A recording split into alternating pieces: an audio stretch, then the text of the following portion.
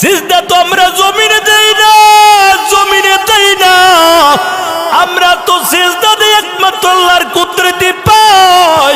এরে আল্লাহর বান্দা জিব্রাইল ডাক দেয়া কয়, আল্লাহ তোমার কাছে সবচেয়ে দামি কি জিনিস? আল্লাহ বলেন আমার কাছে সবচেয়ে দামি হলো সিজদা। জিব্রাইল আমিন 30 বছর পর্যন্ত সিজদার মধ্যে কাটাইলো, দেখিনি আল্লাহর পক্ষ হইতে কোনো সুসংবাদ আসে, কারণ আমার মতো এত লম্বা সিজদার কেউ দেয় নাই। এত লম্বা সিজদা দেওয়ার পর জিব্রাইল অপেক্ষা করতেছে, দেখিনি আল্লাহর তরফ হইতে কোনো সুসংবাদ আসে না।